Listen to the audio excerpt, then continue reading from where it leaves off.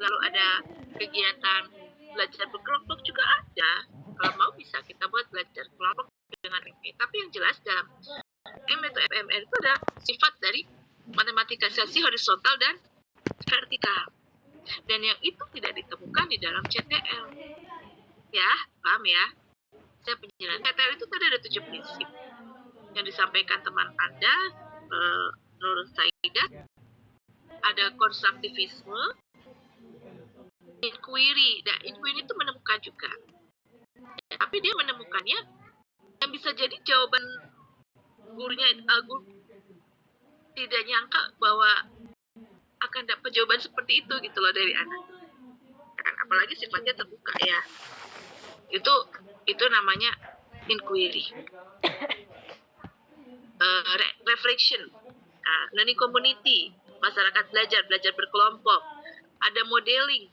Nah, ini CTL ini bisa mendatangkan model-model atau tokoh-tokoh untuk memperjelas tentang konsep yang akan disampaikan. Ya, misalnya kalau ingin menjelaskan bagaimana bangun ruang dari suatu yang bisa kita siapkan, bangun ruang untuk membangun sebuah rumah, ya, apa saja, ya kita datangkanlah contoh model dari orang tukang bangunan, gitu kan, melakukan questioning, kan, melakukan pertanyaan, questioning di sana, dan menemukan inquiry, apa saja sih bangun ruang yang bisa dibentuk dalam suatu rumah, gitu kan? Bangun ruang yang bisa dibentuk dalam suatu rumah apa saja gitu loh. Apakah bentuk balok, bisa bentuk segitiga, bisa bagaimana nanti desainnya kalau ada bentuk-bentuk prisma yang bisa diungkapkan dalam suatu bangun ruang tersebut. Itu kan critical thinking-nya muncul. Nah, dan itu menemukannya tuh sifatnya inquiry yang bisa jadi jawaban temuan anak itu tidak dikira-kira oleh gurunya. Loh, kok bisa ya dia mendapatkan bahwa bisa loh suatu rumah di dalamnya bisa bentuknya prisma segitiga, gitu kan, dia dengan contoh dan bagus dan sebagainya. Nah, itu inquiry-nya dapat tuh, ya kan, inquiry-nya dapat dari dia mendapatkan penemuan itu karena dia bertanya, questioning kepada modelingnya siapa, tokoh yang ahli dalam bangunan rumah. Learning community-nya gimana? Learning community-nya ya tadi dia belajar berkelompok gitu loh, berdiskusi dengan kelompoknya dan refleksi. Nah, guru mengajak siswa untuk melakukan refleksi, mengevaluasi apa yang sudah dilakukan. Nah, apa yang sudah kamu dapat? Apa yang belum kamu pahami, nak? Apa yang kamu dapat hari ini, nak? Apa yang belum kamu mengerti, nak? Nah, akhirnya si anak itu berefleksi kepada dirinya sendiri. Oh iya ya, apa yang sudah saya temukan? Apa yang belum saya temukan? Apa yang belum saya pahami? Nah, itulah namanya reflection. Ya. Dan penilaian otentiknya yaitu gurunya melakukan penilaian proses dengan tadi misalnya ada mereka buat suatu proyek tadi ya, dengan menemukan apakah suatu model rumah itu bisa bentuknya prisma segitiga atau bagaimana bentuk-bentuk yang bisa dibuat gitu kan. Nah, guru membuat suatu penilaian. Penilaiannya bisa penilaian kinerja, penilaian portofolio, ya, penilaian apalagi macam-macam sih. Saya udah kasih contoh tuh, contoh penilaian pembelajaran ada di PPT pembelajaran high order thinking skill. Itu ada contoh-contoh penilaian pembelajaran. Ya, nanti kalian tinggal buat rubrik penilaiannya. Rubrik penilaian mungkin nanti akan difokuskan itu nanti di mata kuliah evaluasi. Ya, cuma memang kalau mata kuliah strategi ini bisa mencakup kemana-mana ya, bisa sedikit pergi ke mata kuliah atau mampir ke mata kuliah lainnya gitu kan. Nah, jadi penilaian otentik itu memang berlaku di tahun kurikulum 2013. Penilaian otentik itu kalau kalian baca di PPT saya, biar cepat saya ngejelasin ya, jadi kalian bisa baca. Penilaian otentik itu penilaian sebenarnya. Beda kalau dulu sebelum 2013. Jadi kalau 2013, tapi sekarang di kurikulum Merdeka juga masih dikembangkan ya penilaian otentik. Jadi awal, proses, akhir tuh dinilai gitu. Prosesnya tuh dinilai. Makanya penilaian otentik sebenarnya saat anak melakukan kegiatan aktivitas belajar dengan karya-karya yang dia buat, dengan LKPD yang dia buat, dia jawab, itu ada proses penilaiannya juga. Nah, sifatnya ini ada penilaian kinerja, penilaian proyek, penilaian terbuka, misalnya, atau penilaian portofolio, penilaian diri, sifatnya, dan sebagainya. Nah, itu dinilai prosesnya. Makanya disebut penilaian otentik. Kalau dulu, zaman dulu, penilaian profesional itu hanya akhirnya doang kan. Akhirnya udah nih, abis belajar, akhir udah, nilainya aja di akhir dinilai. Tapi kalau di otentik, itu kinerjanya mana, proses belajar kelompoknya gimana, penilaian dirinya gimana, penilaian portofolionya gimana, apalagi penilaian portofolio. Kalau penilaian portofolio kan karya-karya siswa itu dinilai, dikumpulkan, lalu dilaporkan biasanya ke orang tua. Ini ada karya anak dalam membuat membuat bangun ruang yang berbeda-beda bentuknya tapi volumenya sama. Gimana nilainya? Bagaimana karya anak dalam mendiskusikan membuat menyusun, membuktikan rumus Pitagoras, nilai pi. Itu kan ada karya-karyanya tuh. Nah, karya-karyanya itu dikumpulkan. Nah, karya-karya yang dikumpulkan itu dinilai lagi dan mereka jadi portofolio bagi anak-anak itu untuk dinilai lagi oleh gurunya dan dilaporkan pada orang tua. Itu ya. Itu jenis-jenis penilaian-penilaian yang ada di kurikulum 2013 dulu ya. Di kurikulum 2013 atau penilaian otentik. Dan itu sebenarnya masih bisa dipakai sih di kurikulum Merdeka ini. Gitu ya.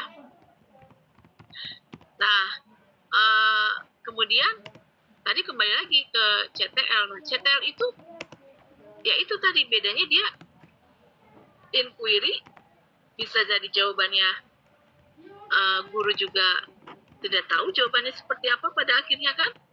Tapi kalau discovery yang re-envision ya, menemukan kembali, itu sudah tahu jawabannya seperti apa. Itu muncul ada di RME ya, di RME. Kalau di inquiry ya tadi CTL. Dan yang jelas CTL itu namanya contextual teaching and learning. Dia lebih, semua mata pelajaran bisa pakai CTL, ya nggak? Bisa pakai nggak CTL? Iya, mata pelajaran matematika bisa pakai CTL, bisa kita akui itu CTL. Pelajaran bahasa Inggris juga bisa kita diakui kalau memang temanya tentang bahasa Inggris. Inquiry-nya menemukan sesuatu yang ada di bahasa Inggris. Misalnya kita paparkan gitu ya, koran-koran bahasa Inggris tuh kan, masih ada kali koran-koran yang berbahasa Inggris atau majalah yang berbahasa Inggris. Kemudian mereka suruh menemukan bacaan-bacaan dari koran-koran tersebut, apa yang menarik, ya kan? Atau tema-temanya kita sudah kumpulkan, koran-koran itu misalnya tentang perkembangan pendidikan di Indonesia. Apa yang bisa kamu temukan perkembangan pendidikan di Indonesia dari tahun 1995 sampai tahun 2000 misalnya. Ada bacaan di situ, mereka menemukan. Itu juga inquiry yang bisa jadi mungkin guru terperangah dari apa yang dia dapat dari koran-koran itu. Itu ya. Modelingnya ya, kita bisa jadi kita panggil juga ahlinya itu, ahli misalnya dalam kependudukan atau dalam pendidikan gitu ya, ahli pendidikan ya. Nah, mungkin ya, kalau memang bisa pakai komunikasi bahasa Inggris ya lebih bagus gitu kan. Terus sosialnya ke bahasa Inggris dan sebagainya ya, di mata kuliah atau mata pelajaran lain. Jadi kalau CTL sih semua mata pelajaran tuh bisa pakai CTL. Tapi kalau RME atau PMRI hanya bisa diterapkan di mata pelajaran apa? Mata pelajaran apa berarti? Kalau PMRI atau RME? Mata pelajaran apa, Neng? Kalau PMRI? PMRI berarti harus hanya bisa disampaikan di mata pelajaran apa? Ayo dong jawab. Jangan Claudia aja, cari yang teman-teman yang lain mana sih? Kok diem aja sih? Salwa, coba Salwa. Salwa. Pelajaran matematika, Ibu. Ya iya, pelajaran matematika. Kan gampang kan? Kenapa coba jawabnya cuma lama banget saya nih ngedorong kalian untuk menjawab. Ya, Falah ya? Benar nggak Falah? Saya nggak ngeliat orangnya soalnya Falah. Benar, Itu Ibu. kelihatan anak Falah. Ini di rumah saya hujannya besar ya. Ya, Iya, Iya. Ibu, maaf. Kayaknya error deh. Tapi ini on cam, Ibu. on cam. Cuma emang kalau saya lihat sih nggak tahu ya kalau yang lainnya gelap, nggak kelihatan. Ya memang Iya, benar tadi matematika, orang namanya aja PMRI ya, RME. Masa buat yang lain. Makanya cocoknya memang RME itu adalah istilahnya pendekatan, bukan model. Pendekatan. Kalau model, CTL itu cocoknya model. Model pembelajaran contextual teaching and learning. Karena apa? Ya memang ada yang menganggap itu pendekatan, tapi saya sih cocoknya itu model. Karena di dalam CTL itu ada model itu ada metodenya ada di dalamnya itu inquiry. Jadi tentang pendekatannya lebih ke pendekatan active learning ya. Belajar berkelompok di situ ada metodenya belajar berkelompok ya. Pokoknya itu cocoknya kalau saya sih CTL itu model. Nah di CTL itu ada konstruktivisme ya. Apa itu konstruktivisme? Apakah langkah-langkahnya? Ya seperti yang Anda pernah belajar dari tahun lalu kan, konstruktivisme ya. Konstruktivisme itu kan lebih kepada prinsipal ya, prinsip. Kalian mungkin sudah di mata kuliah psikologi atau kemarin saya ingatkan ya. Konstruktivisme itu kan bagaimana anak itu bisa membangun pengetahuannya sendiri, ya.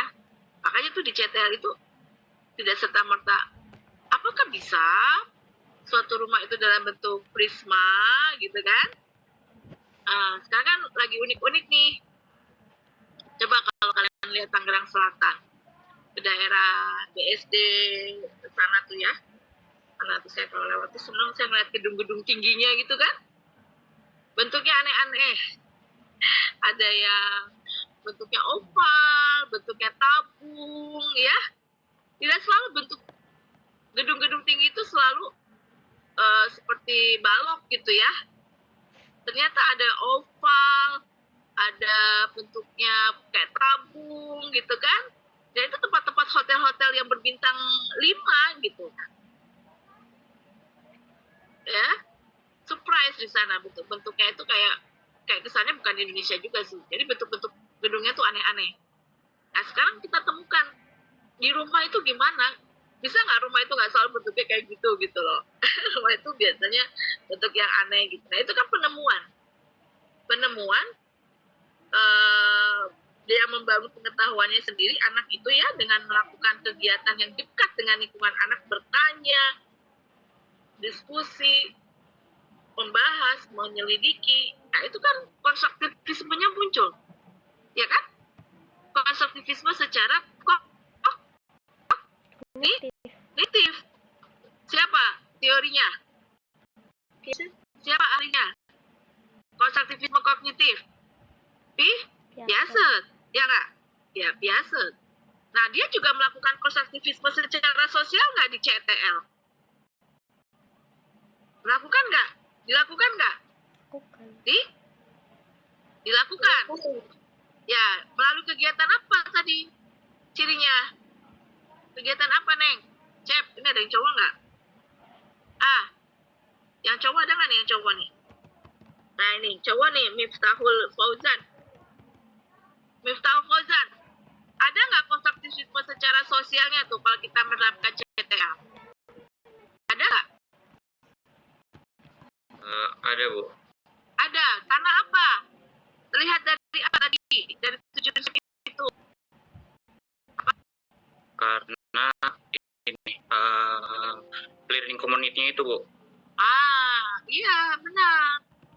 Bagus tuh Jeli. Learning community-nya, belajar bermasyarakat, belajar berkelompok dalam hal ini. Jadi dia dengan kelompoknya bersama-sama membahas tadi, inquiry tadi.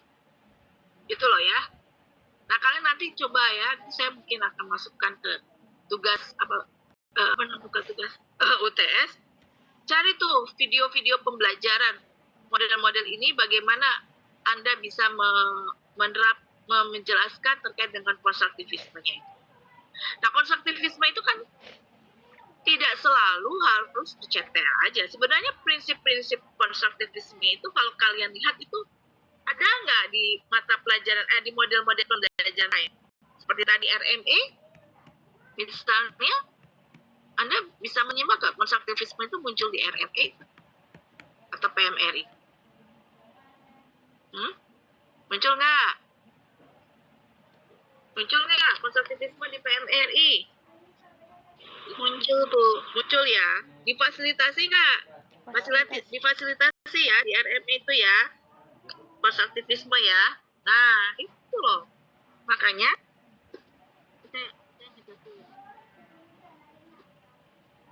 ini semuanya ada di rumah kan? Di sana hujan nggak? Hujan ya? Hujan, Bu. Hujan dari luar rumah, di kampus atau di mana, gelap banget ya. Ya itu konstruktivismenya itu muncul juga di PMRI, ya kan? Nah, coba saya mau tanya, kalau metode ceramah, ceramah itu juga metode apa, model apa, pendekatan ceramah? Kalau ceramah itu kan full, si guru itu menyampaikan terus, anak itu tidak dikasih pertanyaan dan jawab tidak diajak diskusi gitu loh, cerangkan aja terus menerus, seperti khutbah Jumat ya, tahu nggak khutbah Jumat? Ini yang laki-laki nih, Rahul ya, itu kan sebenarnya jamaahnya kan mendengarkan saja, tidak ada kesempatan untuk bertanya gitu kan. Malah kalau bertanya kan kesannya bagaimana gitu kan, bukan tempat itu kan. Nah itu ceramah itu namanya. Nah kalau ceramah itu, metode ceramah itu menurut kalian bisa membangun konstruktivisme tidak? Tidak. Beda kalau tanya jawab seperti kita ya, itu kan ini bukan ceramah, tapi kan saya mengajak Anda untuk melakukan tanya jawab. Nah kalau ceramah itu, pemikiran kalian itu masuk konstruktivisme tidak? Masuk nggak? Halo, coba saya mau tanya deh lah. Handayani Putri. Kalau ceramah ada unsur konstruktivismenya tidak, Handayani? Tidak, Bu. Tidak. Kenapa? Karena tidak membangun pengetahuannya sendiri. Oke, ya itu bagus. Karena anak itu hanya menerima saja, tidak diajak melakukan activity, doing math, kegiatan matematiknya. Apakah mengukur, membuktikan, mengotak-atik pakai media, memanipulasi, itu tidak ada. Makanya nggak ada unsur konstruktivismenya. Makanya itu dia bukan pembelajaran berbasis konstruktivisme. Ya. Coba saya mau tanya, tadi kan CTL sudah ya, saya jelaskan RMA, lalu ada juga problem solving ya, pendekatan problem solving itu yang terkenalnya itu dengan Polya-nya ya, Polya itu tokoh yang terkenal dalam pemecahan masalah. Nah itu mungkin kalau yang pendekatan problem solving kan dia tuh harus terlebih dahulu dia memahami masalah dulu. Kemudian yang kedua dia harus menyusun strategi dulu untuk menyelesaikan masalah seperti apa. Lalu menentukan langkah-langkah strategi ya, dari langkah apa yang harus dilakukan, kemudian dia lakukan langkah-langkah itu dengan evaluasi jawaban yang sudah diberikan. Jadi langkah itu perlu dijawab itu pemecahan masalah. Karena pemecahan masalah itu dia bisa sebagai pendekatan, bisa sebagai kemampuan. Ya, tolong diperhatikan. Kemampuan, bagaimana kemampuan pemecahan masalah? Nah, itu berarti dia sebagai kemampuan. Anak-anak itu sudah mampu nggak sih menyelesaikan soal-soal yang berbasis pemecahan masalah? Biasanya soal-soal yang berbasis pemecahan masalah, soal-soal non-rutin. Ya, ini sambil dicatat mudah-mudahan ya. Biasanya suka ditanya nanti kalau sidang. Apa bedanya soal pemecahan masalah dengan soal lainnya gitu kan? Kalau soal pemecahan masalah itu soal non-rutin. Soal yang tidak biasa diterima oleh siswa. Kalau soalnya sudah diketahui langkah-langkahnya, sudah tahu gimana cara menyelesaikannya, ya itu bukan lagi soal pemecahan masalah. Balik lagi ke soal rutin. Walaupun awalnya itu soalnya sudah soal, susahnya minta ampun gitu ya, non rutin gitu kan, nggak pernah ditemui. Tapi pas gitu gurunya itu membahas langkah-langkahnya sampai akhirnya anak itu paham dan menghafal langkah-langkahnya, biasanya kayak gitu ya, algoritma langkah-langkahnya. Kemudian soalnya itu muncul lagi, tinggal diganti angka. Itu bukan lagi soal pemecahan masalah, itu sudah soal rutin dari soal rutin gitu ya. Nah, soal pemecahan masalah itu kalau sebagai kemampuan ya relatif dari anak-anak ya. Kalau anaknya yang pintar, yang sudah pernah membahas soal itu bukan lagi soal pemecahan masalah. Tapi kalau soal yang anak yang belum pernah membahasnya dan baru menemukan soal bentuknya seperti itu, ya itu dikatakan dia soal berbasis pemecahan masalah. Kalau pemecahan masalah sebagai kemampuan, ya, pemecahan masalah ada juga sebagai pendekatan pembelajaran. Jadi Anda nanti kalau melihat, kok bingung ya ini kalau di artikel-artikel itu kemampuan pendekatan metakognitif. Recording in progress. Kemampuan pendekatan metakognitif untuk meningkatkan kemampuan pemecahan masalah. Pemecahan masalah ini bukannya pendekatan, bisa misalnya kita rubah pendekatan pemecahan masalah untuk meningkatkan kemampuan reflektif matematis, bisa. Berarti di situ pemecahan masalahnya sebagai pendekatan pembelajaran. Nah, pendekatan pembelajarannya apa yang dilakukan? Itu berdasarkan kuliah, menekankan apa yang dipahami dari soal yang kamu lihat. Apa kegunaan kamu untuk menyelesaikan masalah itu? Susunlah rencananya, strategi untuk menyelesaikan masalah. Lakukan penyelesaian masalah itu berdasarkan rencana tadi. Dan langkah kelima, biasanya ada langkah ya di Polia. Langkah kelima itu melakukan evaluasi. Cek, benar nggak jawaban itu kan? Nah, itu yang selalu ditekankan dalam kata pemecahan masalah, apapun kemampuan soal reflektif kah, soal penalaran kah, karena soal-soal dalam matematika itu banyak ya ragamnya. Atau kalian belajar equasi ya, tidak selalu melulu harus soalnya itu bentuknya standar gitu loh. Standar bentuknya cuma pemahaman matematik aja, C2 ya, apa C1, C2, C3 sampai C6 ya. C1 apa tuh? C1 apa? Pengetahuan, taksonomi belum ingat ya, itu yang Anda suka lewat tuh di PIM itu ya, di FKIP tuh ya, yang mau kuliah ke C ini ya. C1 itu mengetahui, C2 memahami ya, C3 apa? Menerapkan, evaluasi, menilai, menganalisis. menganalisis, C5 evaluasi, C6 mengkasih, C4, C5, C6 itu masih ke high order tinggi. Saya coba ya diingat ya, jangan sampai saya kalau tanya begini nggak ada yang tahu. Ya lewat piramid itu ya, tolong itu dibaca, difoto, ingat ya, bila perlu masukkan tuh di depan apa sih, dibuat suatu foto apa dicetak atau apa di depan meja belajar kalian tuh dipampang itu loh, biar ingat terus gitu kan ya. Nah itu, nah artinya di dalam pembelajaran matematika itu tidak kita mengasah itu C1 aja, pengetahuan aja, nah itu level rendah. Nah sekarang kita coba pembelajaran head coding skill itu C4 menganalisis, C5, C6, buat soal-soal ke arah sana.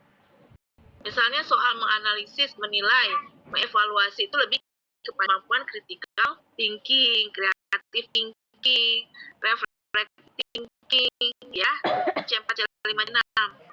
Makanya itu masuknya ke high order thinking skill. Sehingga jenis-jenis soal matematik itu tidak selalu melulu,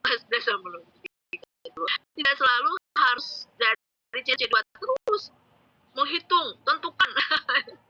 Itu terlalu biasa. Tapi ada banyak mengeksplor ya, untuk itu di mata kuliah evaluasi nanti ya, itu nanti lebih banyak di sana. Itu ya, jadi itu bisa sebagai kemampuan. Tapi kalau sebagai kemampuan ada ranah di mata kuliah evaluasi. Tapi kalau sebagai pendekatan itu hanya di mata kuliah strategi, ya.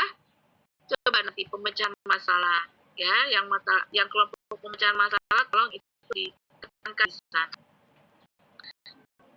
Kemudian ada metakognisi. Pendekatan, itu masih pendekatan. Metakognisi, metakognitif. Ya, itu sama seperti tadi ya, pemecahan masalah. Metakognisi itu bisa sebagai kemampuan, bisa sebagai pendekatan. Kemampuan metakognisi, skill metakognisi. Bagaimana anak itu melakukan kesadaran diri, awareness, ya, self awareness-nya, kesadaran diri untuk bisa memahami apa yang harus dipahami, apa yang harus dikerjakan, apa yang kontrol dalam aktivitas berpikirnya. Itu lebih cocok kemampuan metakognitif. Nah, supaya kemampuan metakognitif itu berkembang, perlu disadarkan nih oleh gurunya, gitu ya. Disadarkannya dengan cara apa ya? Dengan pendekatan metakognisi namanya. Ya, guru harus menyadarkan anak-anak bahwa dia punya kemampuan loh metakognisinya. Karena selama ini saya pernah baca di artikel, mungkin Anda bisa lihat artikel saya, kebetulan saya concern juga di Indonesia, ya, artikel tulisan saya, mungkin sekali-kali lah cari di Google Scholar, Hepsin India Sari. Nah, saya banyak itu artikel-artikel yang sama dengan masih saya di ada S2 ya, ada saya dengan teman-teman saya, bahkan alhamdulillah kemarin saya sudah terbit internasional, alhamdulillah fokus Q2 di Infinity Journal tentang augmented reality untuk pengembangan konsep geometri. Itu dengan tim saya. Kemudian Sinta 2 2023 itu saya mengembangkan modul literasi numerasi ya, asesmen kompetensi minimum itu untuk guru, calon guru matematik. Ya mungkin nanti saya akan sampaikan ya, modulnya, modul interaktif untuk memahami kemampuan literasi numerasi para calon guru matematika atau guru matematika. Itu sudah di Sinta 2 ya, di Sinta 2 di Kreano ya. Nah, adapun pengabdian masyarakat saya sudah saya implementasikan tuh tentang bagaimana mengembangkan critical thinking, penyusunan modul ajar dan sebagainya, itu ada di artikel saya juga. Nah, bisa kalian search lah, cari ya, dan disertasi saya juga tentang metakognisi, tesis saya juga tentang metakognisi, jadi bisa kalian cari tinggal Google aja nama Hepsini Giasari ya. Nah, di situ metakognisi itu guru itu bisa menyadarkan loh anak-anaknya. Dengan cara apa ya dia? Langkah-langkahnya apa? Pertama, ada mengajukan pertanyaan metakognisi ya. Jadi guru itu dalam proses pembelajaran itu bisa sering mengajukan pertanyaan metakognisi dengan penekanan pemahaman masalah, misalnya apa bisa kami gitu kan? Apa yang dapat kamu ambil dari soal tersebut? Data apa yang ada? Cukupkah data tersebut untuk menyelesaikan masalah? Apa strategi yang kamu lakukan? Jadi sampai mirip sih dengan pemecahan masalah ya. Apa kaitan materi yang akan kamu pelajari dengan materi sebelumnya? Ada kaitannya tidak? Apa langkah-langkahnya sudah kamu melakukan refleksi? Jadi ini sebenarnya sama dengan, jadi memang metakognisi itu tidak lepas dari pemecahan masalah. Jadi orang-orang yang bagus pemecahan masalahnya itu, kalian lihat di artikel itu, pemecahan masalah bisa mengembangkan kemampuan metakognisinya. Apa yang bisa kamu pahami, nak? Apa yang tidak kamu pahami, nak? Apa rencana ke depan? Jadi introduction listening-nya juga bisa. Lalu ada reflection evaluation-nya itu ada juga muncul di langkah-langkah dalam kegiatan metakognisi. Anda bisa cari di artikel saya ya. Tuh. Nah, itu saya tertarik karena saya mengambil S2 itu tahun 2002. Jarangnya diberikan kemampuan metakognisi, padahal itu sangat penting sekali, dan profesor saya mengatakan memang di salah satu artikelnya juga menyatakan perlu metakognisi itu jarang diberikan, jarang disadarkan dari guru-gurunya. Padahal anak-anak itu belum. Kapan dia harus mengontrol aktivitas berpikir ini? Kapan nih saya harus memahami masalah? Kapan nih saya harus tahu masalah ini cocok nggak dengan materi sebelumnya? Benar nggak sih masalah dijawab dengan saya dengan tepat? Benar nggak sih? Nah, akhirnya kalau dia punya kemampuan metakognisi bagus, dia bisa bertanya self questioning kepada dirinya sendiri, ya kan? Dia bisa mengontrol aktivitas berpikirnya dengan dia bisa mengontrol aktivitas berpikirnya, luar biasa dampaknya. Bisa kemampuan pemecahan masalahnya bagus, kemampuan koneksi matematikanya bagus, penalaran matematikanya bagus, soft skill-nya juga bagus, seperti kemandirian belajar, self-regulated learning-nya juga bagus, self-nya bagus, self-efficacy-nya bagus. Itu kalau Anda lihat banyak penelitian pendekatan kognitif untuk kemampuan baik soft skill maupun hard skill-nya itu banyak meningkat. Ya. Nah, kalau saya kemarin lebih concern-nya ke kemampuan waktu S2 saya itu metakognisi dengan koneksi matematik. Ya. Nah, itu bagus. Terus dikaitkan juga dengan kreatif matematis. Bagus juga gitu ya. Nah, itu. Jadi kemudian ada juga sekarang istilahnya scaffolding metakognisi. Scaffolding metakognitif. Sama ya. Scaffolding itu apa? Apa scaffolding? Masih ingat scaffolding? Masih ingat nggak? Scaffolding, coba saya mau tanya. Lisa Oktania, apa itu scaffolding sendiri? Aisyah. Scaffolding itu apa? Scaffolding itu apa, Aisyah?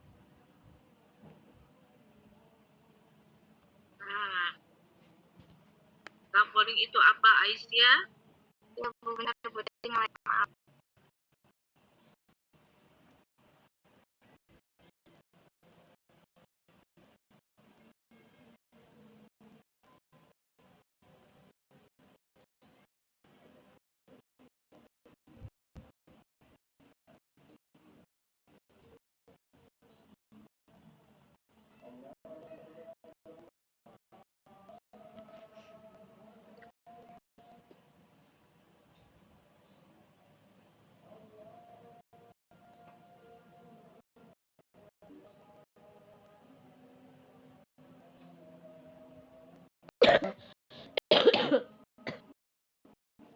jadi keburu baru semuanya.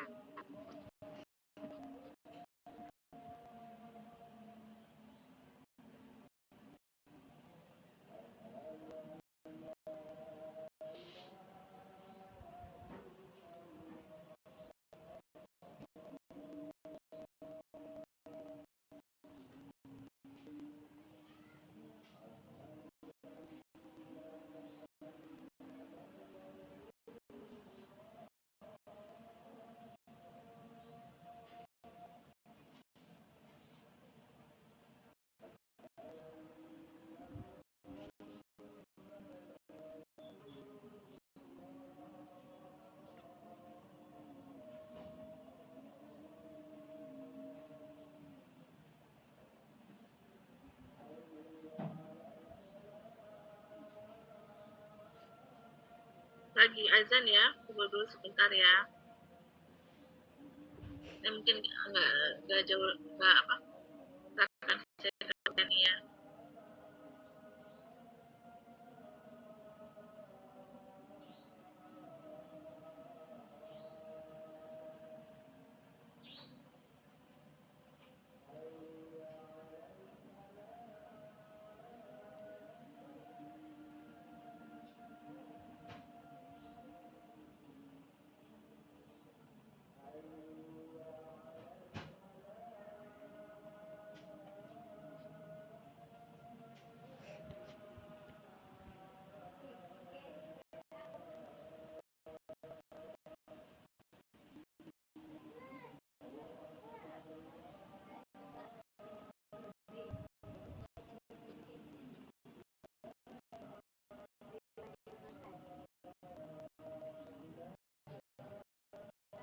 Lantan maning be.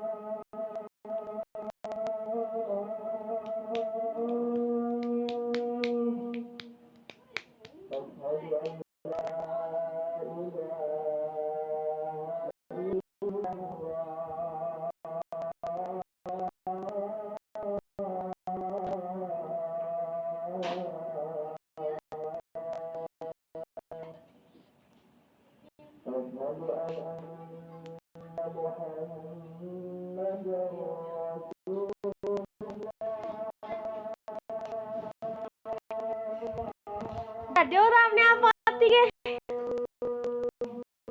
Mak. Jadi orangnya apa tiga?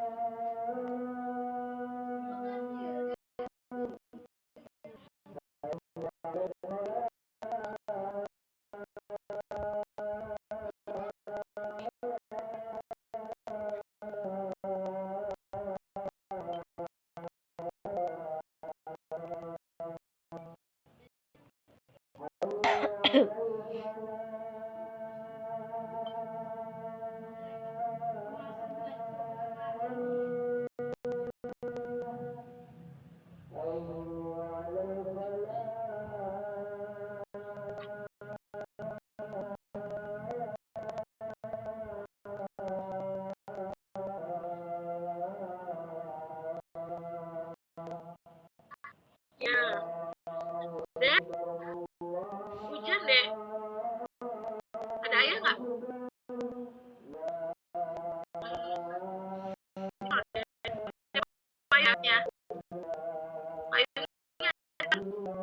Nah, ada payung di depan atau di mobil mah ada payung itu ya kemarin.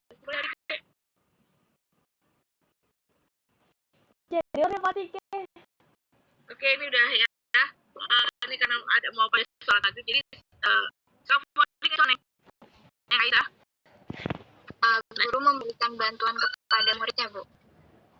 Bantuannya seperti apa misalnya?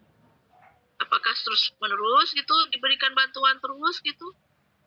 Anak itu Enggak diberikan, nanti lama-lama dia dilepas kayak pertama-tama kayak gimana ya, dibantuin gitu kan, kayak ini tuh gini, coba menurutmu gimana lagi gitu. Jadi gak sepenuhnya dibantuin. ya artinya scaffolding itu kan pernah saya sampaikan kalau nggak salah itu kan teorinya Vygotsky ya kalau nggak salah ya. Teorinya Vygotsky dia bantuan-bantuan yang diberikan oleh guru, tapi saat anak itu terlihat sudah mampu, bantuan tersebut sedikit demi sedikit dikurangi.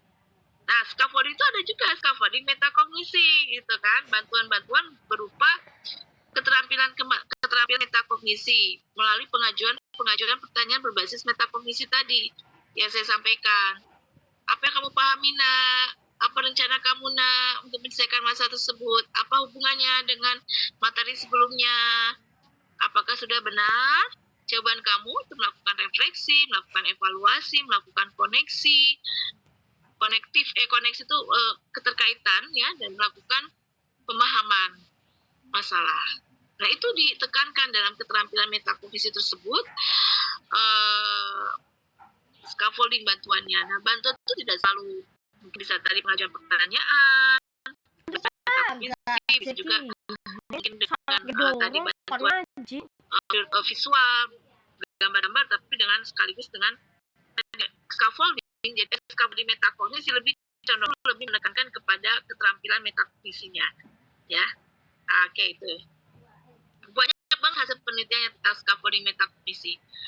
Ya, saya harap Anda sudah bisa buka kan Google Scholar, bisa, atau kalau belum bisa banyak kan Instagram dan sebagainya itu ya, untuk kalian mencari artikel-artikel ya yang terkait dengan pembelajaran matematika itu banyak banget kan, bisa cari baca apa bagaimana melaksanakannya, bagaimana menerapkannya, itu banyak banget di khususnya di bagian kajian pustaka ya. Di dalam artikel itu biasanya dalamnya ada kajian pustaka, itu banyak dibaca ya.